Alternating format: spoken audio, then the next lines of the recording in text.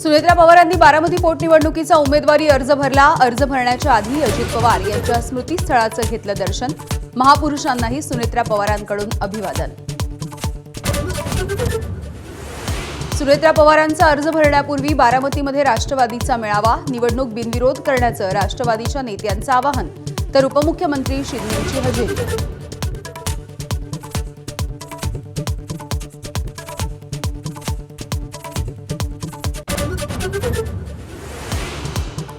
निवडणूक बिनविरोध करण्यासाठी काँग्रेसच्या नेत्यांना फोन करणार नाही।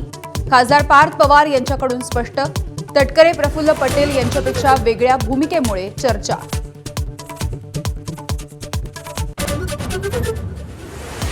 राहुरीची पोटनिवडणूकही बिनविरोध करण्याचा भाजपचा प्रयत्न। रवींद्र चव्हाण, विखे पाटील यांनी घेतली प्राजक्त तनपुरेंची भेट। तनपुरे माघार घेऊन अक्षय कर्डिलेंना पाठिंबा देण्याची शक्यता।